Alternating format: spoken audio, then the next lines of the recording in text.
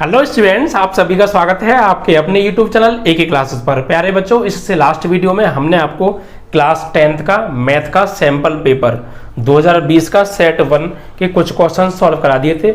I hope कि आपको वो सभी प्रश्न समझ में आ गए होंगे। जिन लोगों ने उन वीडियोस को नहीं देखा है तो उनका लिंक इस वीडियो के डिस्क्रिप्शन में पड़ा हुआ है, आप लोग जाकर देख सकते हैं पिछले सभी सेट्स की वीडियो को। बच्चों, आप लोग फॉर्मूले याद कीजिए और इन सेट्स के क्वेश्चन को कर लीजिए।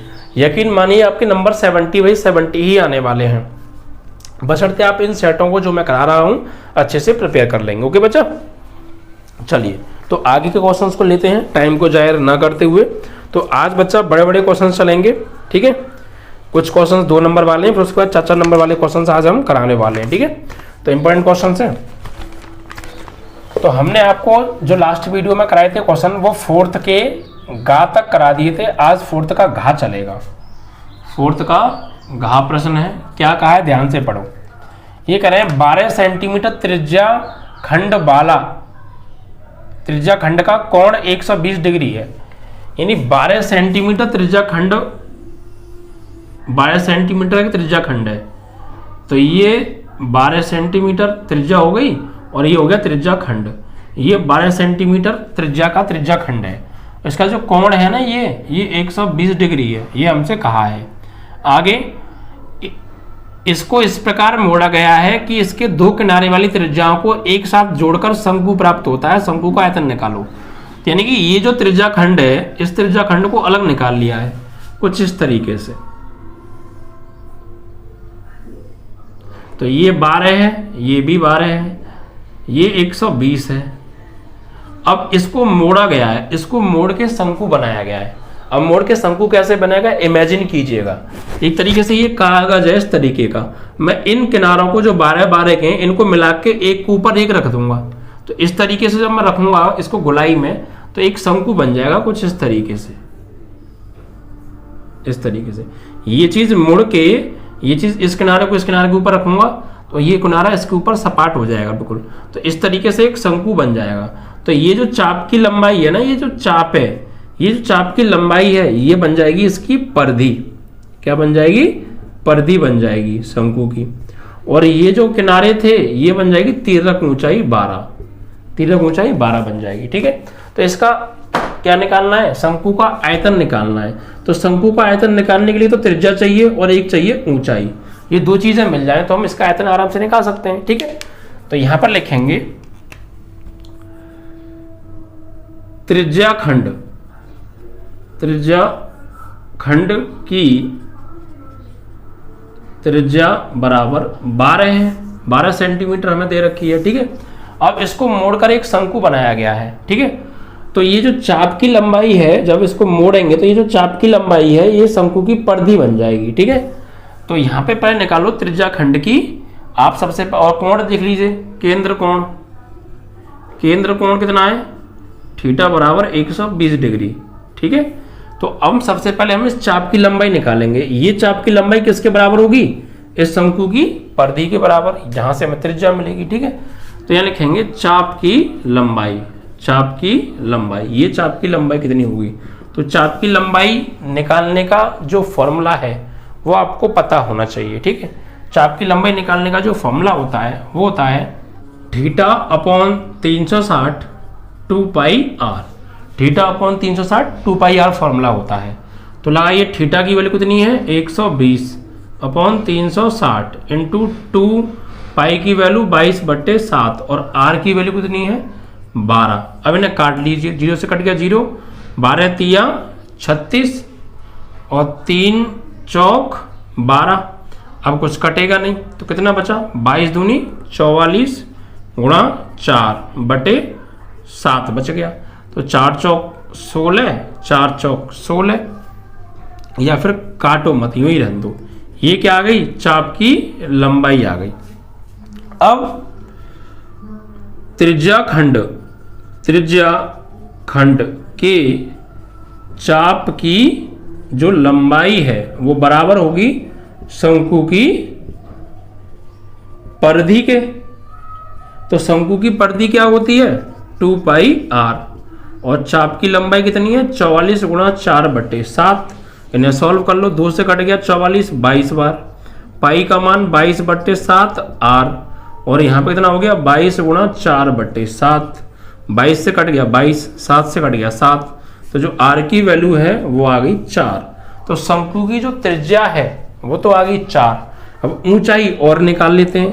तिर्यक ऊंचाई हमें पता ही है, शंकु की जो तिर्यक ऊंचाई है वो क्या बन जाएगी, जो इस त्रिज्या खंड की त्रिज्या थी, L बराबर 12 है, तो H कैसे निकालेंगे, तो L² बराबर H² प्लस R² फॉर्मूला होता है। L की वैल्यू 12 तो वर्ग करेंगे तो 144, H की वैल्यू निकालनी है, R की वैल्यू 4 का वर्ग 16, इधर ले आओ, तो फाइनली H² बराबर 144 माइनस 16, तो H² बराबर कितना बचा भाई, 14 से 6 गया 8, 3 से 1 गया 2, ठीक है, और 128 बचेगा, ठीक है, 138 था, ठीक है, 128 बचेगा, तो H² की वैल्यू आ गई 128। अब क्या पूछा है हमसे, शंकु का क्षेत्रफल, शंकु का क्षेत्रफल, तो फॉर्मूला होता है 1/3 पाई R² H, शंकु का क्षेत्रफल 1/3 पाई R² H हो गया। तो अब मान लगा दीजिए 1/3 पाई का, तो पाई रहने दो, या मान लगा सकते हो 22/7, R की वैल्यू कितनी है 4, वर्ग करेंगे 16, और H की वैल्यू आ जाएगी √128, तो √128। अब काट पीट कर सकते हो तो कर लो, वैसे कुछ कट ही नहीं रहा है, 128 के फैक्टर कर लो, 128 के फैक्टर कर लेते हैं। तो 128 के जो फैक्टर होंगे ये होंगे 2 छिक्के 12, 2 चौक 8, 2 3 6, 2 दूनी 4, 2 एकम 2, 2 छिक्के 12, 2 अट्ठे 16, 2 चौक 8, 2 दूनी 4, 2 एकम 1, तो ये जोड़े बन गए भाई, तो 2 दूनी 4 दूनी 8√2 हो जाएगा। इसका मतलब 1/3, यहाँ पर डायरेक्ट लिख देता हूँ 128 की जगह 8√2, तो 8√2, ठीक है। कट तो अब भी कुछ नहीं रहा है भाई, तो कोई दिक्कत नहीं है, जो है वही आंसर है आपका, गुणा गुणा कर लो बस, कट तो कुछ नहीं रहा है। तो 22 और 16 गुणा 8 गुणा कर लो, तो 16 दूनी 32, 16 दूनी 32 और 3 35 गुणा 8√2/7 या 21, 8 दूनी 16, 8 पंजे 40 और 1 41, 8 या 24 और 4 28, √2/21 सेंटीमीटर स्क्वायर। √2 का मान भी आप लगा सकते हैं, यही आपका आंसर है, ठीक है। तो कुछ नहीं करना, सीधे सीधे आप ध्यान रखिएगा, इस चाप की जो लंबाई है वो इसकी परिधि के बराबर, यहाँ से शंकु की त्रिज्या L हमें पता ही है, वहाँ से क्या मिल जाएगी H की वैल्यू पता है आ गई, और R भी आ गई, आयतन निकाल दो शंकु का 1/3 पाई R² H, ठीक है। तो थोड़ा सा कैलकुलेशन स्ट्रॉन्ग होनी चाहिए, और आप मैथ के स्टूडेंट हैं तो स्ट्रॉन्ग होगी ही आपकी कैलकुलेशन, आई होप। चलिए आगे बढ़ते हैं, और नेक्स्ट प्रश्न, तो आपका ये चौथा जो खंड था ना ये सभी समाप्त हो गए भैया। अब 5वां चलेगा, और 4 नंबर वाले प्रश्न हैं, 4 नंबर वाले प्रश्न स्टार्ट हो गए अब, ठीक है, ध्यान रखना, इंपॉर्टेंट है बहुत। तो देखो क्या कह रहा है सवाल, ये कह रहा है द्विघात बहुपद दे रखा है हमें, इसके शून्य ज्ञात कीजिए तथा बहुपद के गुणांक और शून्यकों में संबंध की पुष्टि करनी है। बहुत ईजी है, बहुत बार मैंने चैप्टर में भी आपको कराया था ये। देखो क्या दे रखा है, बहुपद 6x² -3 -7x, पहले तो इसके शून्यक निकालने, फिर गुणांक और शून्यकों में रिलेशन फाइंड आउट करना है। तो सबसे पहले इसको लिख लो ढंग से, इसको मान लो आप, माना 6x² -7x -3 बराबर 0 के मान लो आप। अब इसके गुणनखंड करेंगे हम, तो 3 6 18 के ऐसे फैक्टर हो, घटाने पर 7 आ जाए, ठीक है। तो 18 के करने, तो 9 दूनी 18, 9 में से 2 गया, तो 7 को लिखेंगे 9 - 2 x -3 बराबर 0। भाई 7 को क्या लिखेंगे, 9 - 2 घटा के 7 ही आएगा, तो 6x² माइनस के 9x और माइनस प्लस के 2x -3 बराबर 0। यहाँ से कॉमन क्या आ रहा है 3x, तो क्या बचेगा 3 2 6 x 3 3 9, प्लस यहाँ से 1 कॉमन आ रहा है, तो 2x - 3 बराबर 0। फाइनली ये क्या आ गया कॉमन, तो बचा क्या 3x + 1 बराबर 0। तो एक बात तो इसे ले लो 0 के बराबर, तो 2x - 3 बराबर 0, तो x की वैल्यू 3/2 आएगी यहाँ से। एक इसे ले लो 0 के बराबर, तो 3x + 1 बराबर 0, तो x की वैल्यू -1/3 आएगी यहाँ से। तो ये पहला मान आया इसे मान लो आप अल्फा। शून्य क्या होते हैं द्विघात बहुपद के? अल्फा और बीटा। जो पहला मान है ये पहला शून्य हो गया 3/2 और दूसरा मान हो गया दूसरा शून्य का मान लो, इसे बीटा मान लो -1/3। तो अल्फा और बीटा के मान आ गए। अब शून्यक तो आ गए इसके, अब गुणांक निकाल लेते हैं, फिर उनके बीच में रिलेशन फाइंड आउट करेंगे। तो गुणांक कैसे निकालेंगे? इसे डाल दो समीकरण 1, तो यहाँ लिखेंगे समीकरण 1 की तुलना ax² + bx + c से कर दो। तो x का गुणांक a है और यहाँ पे 6 है, तो a की वैल्यू 6, b की वैल्यू कितनी हो जाएगी? यहाँ पे करेंगे, ये बना दो समीकरण 1, यहाँ पे b की वैल्यू यानी x का गुणांक -7, अचर पर c की वैल्यू -3। ये गुणांक आ गए, ये शून्यक आ गए। अब इनके बीच में संबंध को सत्यापित करना है। तो गुणांक और शून्यकों के बीच में संबंध का फॉर्मूला मैंने आपको बताया था, शून्यकों का योगफल और शून्य का गुणनफल, अल्फा + बीटा, अल्फा × बीटा। तो संबंध कैसे निकालेंगे भाई? तो ये होता है शून्यकों का योग अल्फा + बीटा बराबर होता है -b/a। तो अल्फा की वैल्यू 3/2, बीटा की वैल्यू 1/3, -b की वैल्यू -7 और a की वैल्यू 6। एलसीएम आएगा 2 × 3 = 6, 2 का 3 में, 3 का 3 में 9, 3 दूनी 2 का 1 में 2, या -+ 7/6, 9 में से 2 गया 7/6 और इधर भी देखो 7/6, दोनों आ रहे हैं बराबर, यानी LHS = RHS। तो शून्यकों का जो योगफल वाला संबंध है वो तो सत्यापित हो गया। ऐसी गुणनफल वाला निकालो, शून्यकों का गुणनफल। तो गुणनफल होता है अल्फा × बीटा = c/a। तो अल्फा की जो वैल्यू है वो 3/2 है, बीटा की वैल्यू -1/3 है, c की वैल्यू -3 और a की वैल्यू 6। तो ऊपर का गुणा ऊपर, नीचे का नीचे, ये कट गया, -1/2 और 3 दूनी 6, -1/2। यहाँ भी LHS = RHS है। तो ये क्या हो गया? अतः संबंध सत्यापित हुआ, अतः संबंध सत्यापित हुआ, और यही हमें एक्चुअली करना था। ठीक है, तो जो भी आपको बहुपद दे रखा है उसको 0 के बराबर मान के उसके फैक्टर कर लो। जो भी x की वैल्यू आएंगी, एक अल्फा एक बीटा हो गया, फिर कंपेयर करके ABC की वैल्यू फाइंड आउट कर लो। फिर रिलेशन हम जानते ही ऑलरेडी क्या होता है, अल्फा + बीटा = -b/a। अगर both side are equal we can say relation satisfied, otherwise unsatisfied. Okay,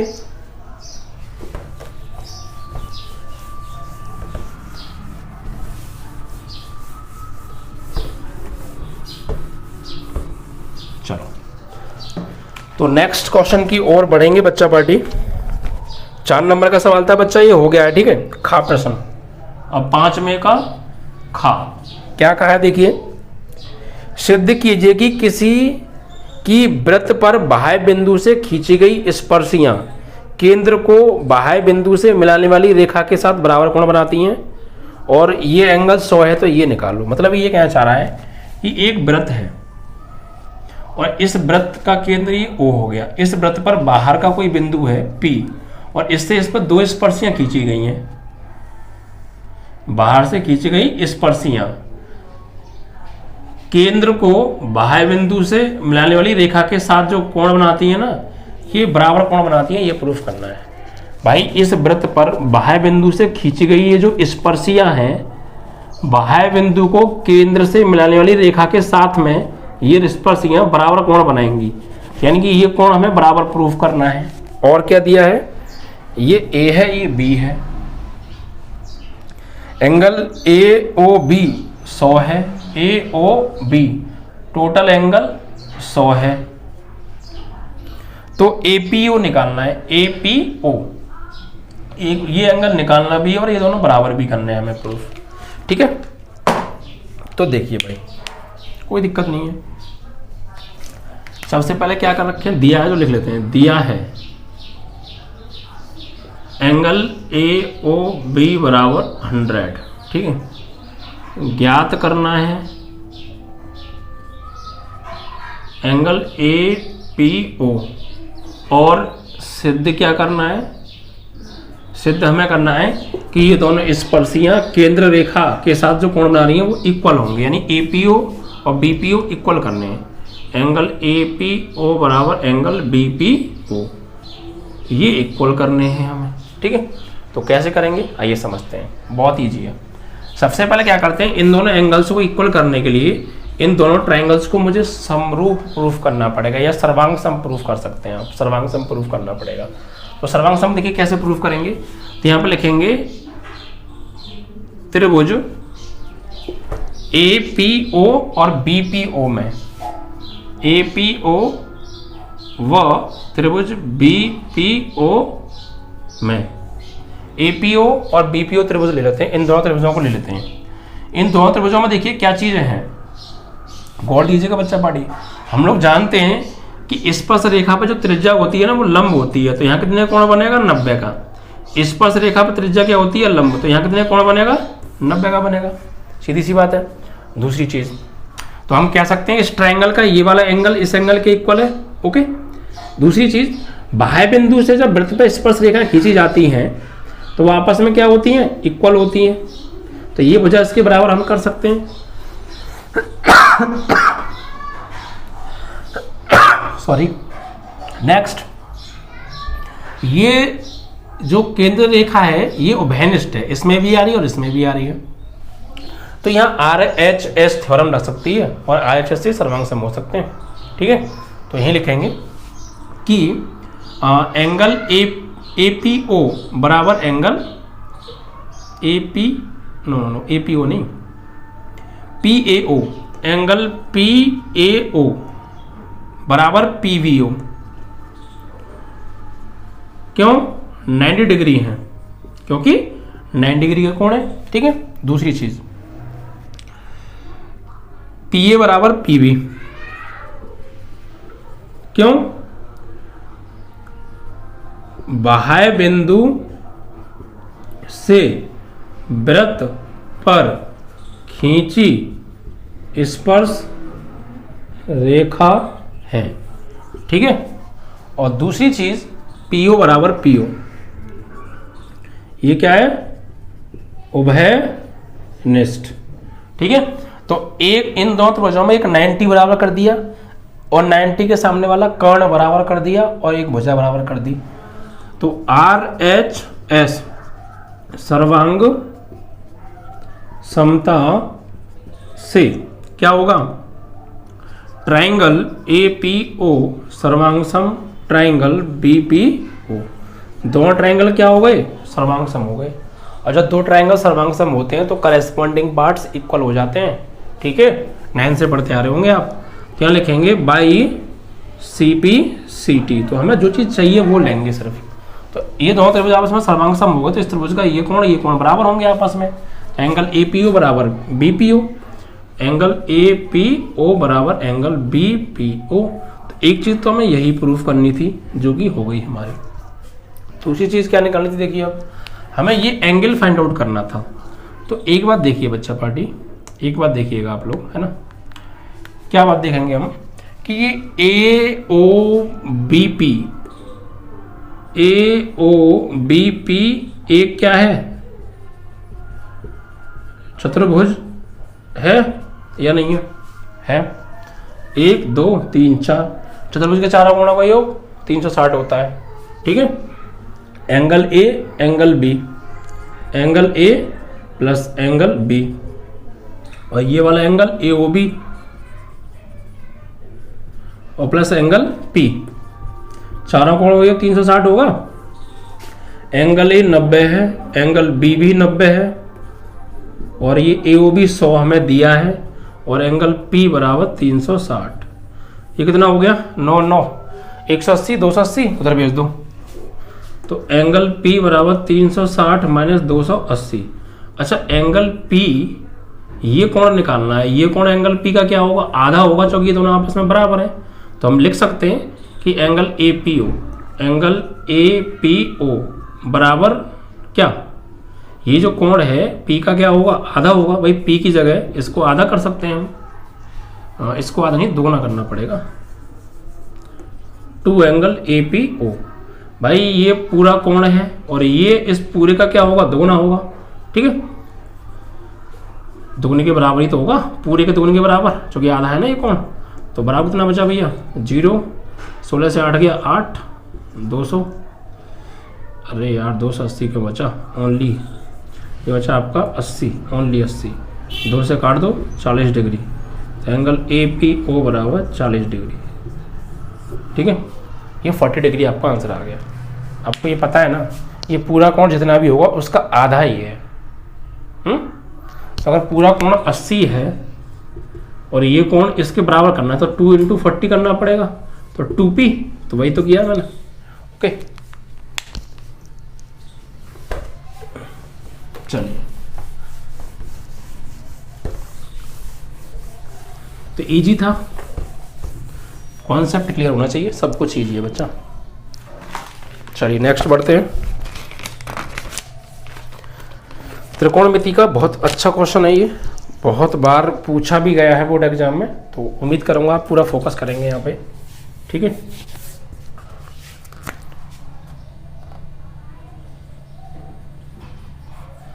हमें सिद्ध करना है, सिद्ध करो। क्या सिद्ध करना है? cos A upon 1 - tan A minus sin square A upon cos A minus sin A बराबर प्रूफ लेके आना है हमें cos A plus sin A, ये आंसर लाना है हमें। ठीक है, बहुत ईजी है, पर ध्यान दो थोड़ा सा, हमें प्रूफ जो लाना है वो साइन और कॉस की फॉर्म में लाना है। तो पूरे सवाल को साइन कॉस में चेंज कर लो, तो साइन कॉस में सब कुछ तो है बट tan नहीं है, tan को तोड़ लो, तो cos A अपॉन 1 - tan का formula special sin A upon cos A होता है। यहाँ पे एज इट इज रहने दो आप। ठीक है, एलसीएम ले लिया हमने, एलसीएम लो, एलसीएम आएगा cos A, तो यहाँ cos A minus sin A हो जाएगा, यहाँ sin square A upon cos A minus sin A, ये जाएगा आपका ऊपर, cos into cos square A, और नीचे cos A minus sin A हो गया। यहाँ पे आपका हो गया sin square A as it is चल रहा है, और नीचे cos A minus sin A। LCM ले लो भाइयों, एलसीएम क्या आएगा? cos A minus sin A, same to same cancel out one time, cos square A minus sin square A।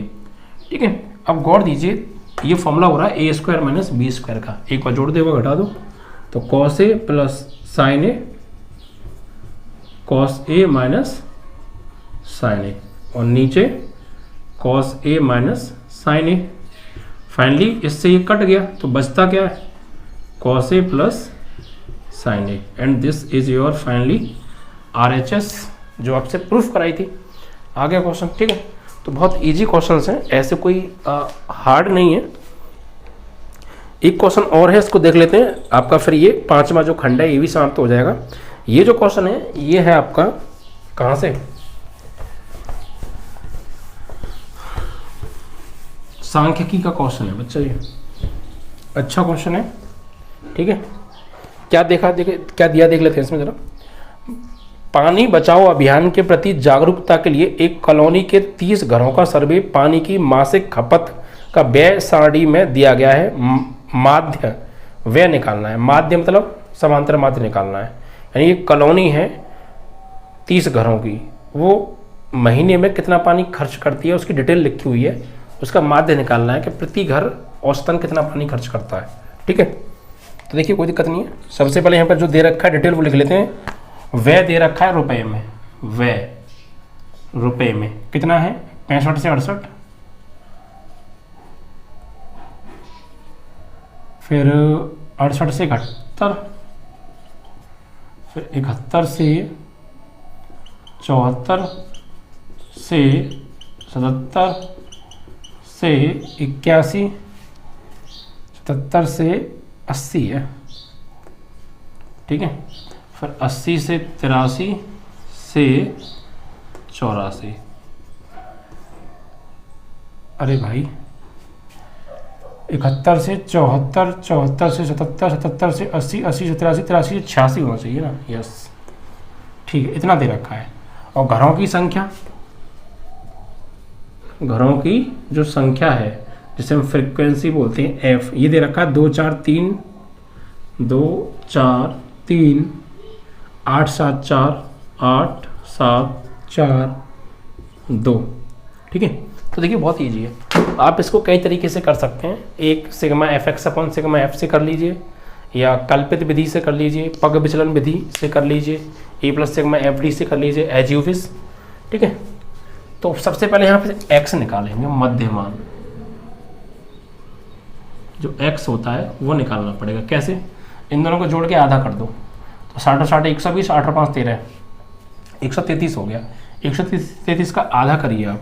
ठीक है, 133 का आधा करेंगे तो आपका ये आएगा 67, है ना, 67 आएगा या वो आएगा 66.5, 66.5 आएगा, क्योंकि 66 दूनी होता है आपका 132 और 0.5 133 हो गया।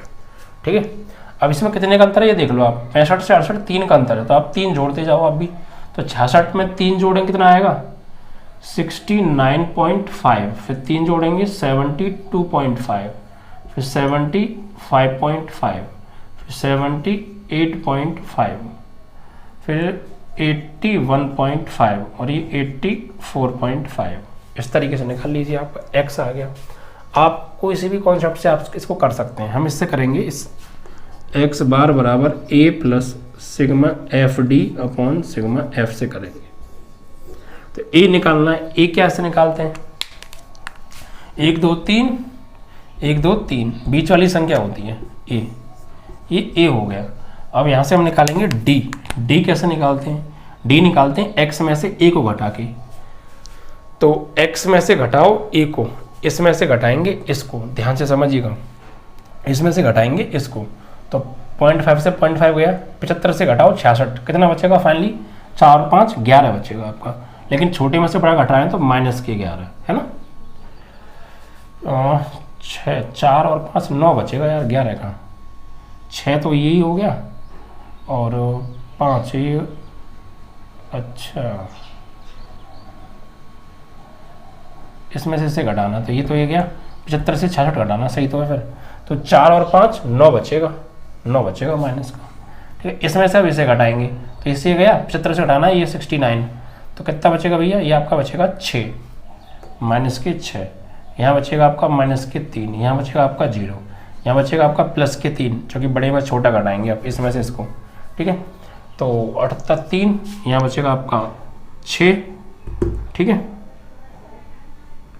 और यहाँ बचेगा आपका 9। अब ये डी आया है, अभी तो हमें क्या निकालना है, एफ डी। तो एफ का डी में गुणा करो, एफ का डी में गुणा करो, तो एफ इंटू डी आ जाएगा यहाँ से। तो 2 नीम -18, 4 छिंग -24, 3 तिया -9, 8 का 0 में करेंगे 0, 7 तिया 21, 4 छिंग 24 और 2 नीम 18। अब इसको जोड़ दो भैया, सिग्मा एफ डी निकाल लो। तो जोड़ेंगे कैसे, पॉजिटिव एक जगह नेगेटिव एक जगह। तो फाइनली देखो, इससे तो ये कट ही रहा है, कट गया देखो, है ना, बचा क्या 18, 18 से 18 कट गया फाइनली, तो बचा क्या 21 - 9, तो फाइनली बच गया 12 आपका, 12 आ गया, है ना, 12 आ गया।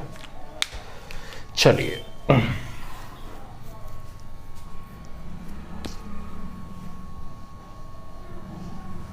चलो अब देखो क्या करेंगे, एफ कैसे निकालेंगे। एफ हमें दे रखा है 30 घर है ये, है ना, 30 ही आएगा, वरना जोड़ देना आप, 30 घर दे रखे हैं सवाल में, 30 आ गया।